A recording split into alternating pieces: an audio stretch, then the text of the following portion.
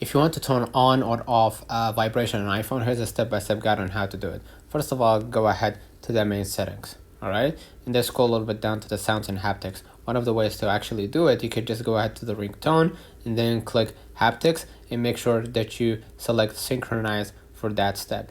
Now, what I'm gonna do, I'm gonna just go back to the main settings and then just go ahead to the haptics.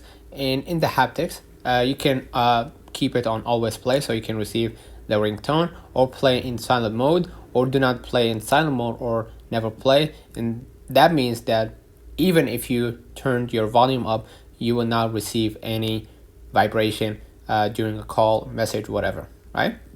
Another way of doing it, you could just go back to the main setting and just do it from the accessibility. So go ahead to the accessibility right here, and then scroll a little bit down to the touch, and then scroll a little bit down right here to the vibration, and make sure that you color this one green or toggle this one on.